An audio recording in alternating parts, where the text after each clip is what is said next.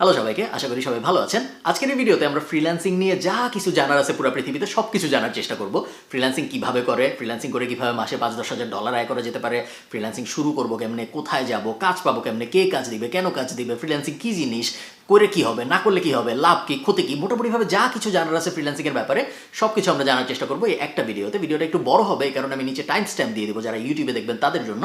যারা ইউটিউবে দেখছেন না তারা টাইম স্ট্যাম্প ব্যবহার করতে পারবেন না, কিছু করার নাই। আপনারা একটু টেনে টেনে কষ্ট করে অন্য যেখানেই দেখছেন, ফেসবুকে দেখছেন হয়তো, সেখানে আপনারা একটু কষ্ট করে টেনে টেনে দেখবেন।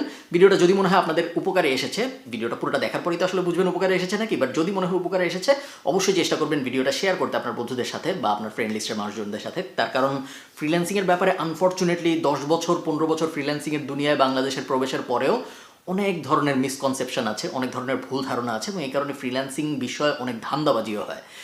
চলেন শুরু করি ভিডিওটা।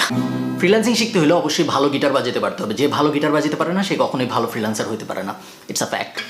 ফ্রিল্যান্সিং কী জিনিস এটা আমরা সবাই জানি তো, তাই না? যারা জানেন না তাদেরকে আমি একদম সহজ করে বোঝাই দিচ্ছি। ফ্রিল্যান্সিং বোঝা কোনো জটিল ব্যাপার না। আপনি একটা জিনিস চিন্তা করেন, বাংলাদেশকে কেন গার্মেন্টস শিল্পে এত উন্নত বলা হয়?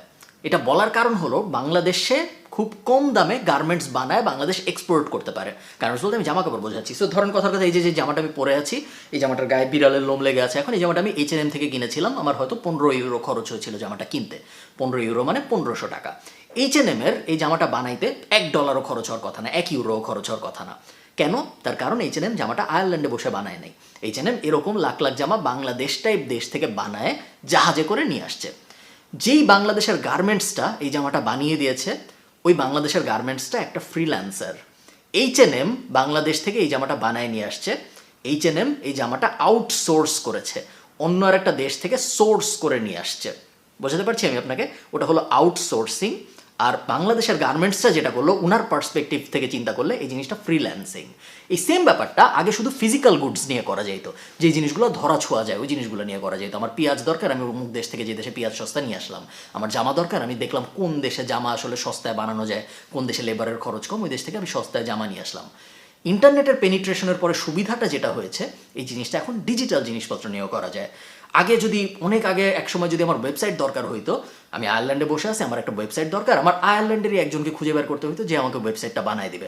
আমার একটা লোগো দরকার, আমার একটা এক্সেলের কাজে হেল্প দরকার, আমার একটা মাইক্রোসফট ওয়ার্ডে কিছু একটা লেখা দরকার, আমার আশপাশে যারা আছে তাদেরকেই আমার খুঁজে বের করতে হইতো যারা ওই কাজে এক্সপার্ট। আমার একটা গেম বানানো দরকার, ইউ গেট দ্য আইডিয়া। আমার আশপাশের কোনো একটা মানুষকে খুঁজে বের করতে হইতো যে আমাকে এই কাজটা করে দিবে। ইন্টারনেট পেনিট্রেশনের সুবিধাটা যেটা হয়েছে, এখন আমার আশপাশের মানুষের উপর আমার আর নির্ভর করতে হচ্ছে না। ফিজিক্যাল ওয়ার্ল্ডে ওই যে যেভাবে H&M বাংলাদেশ থেকে জাহাজে করে গার্মেন্টস এনে H&M আয়ারল্যান্ডে বিক্রি করতো, ওই একইভাবে এখন আমরা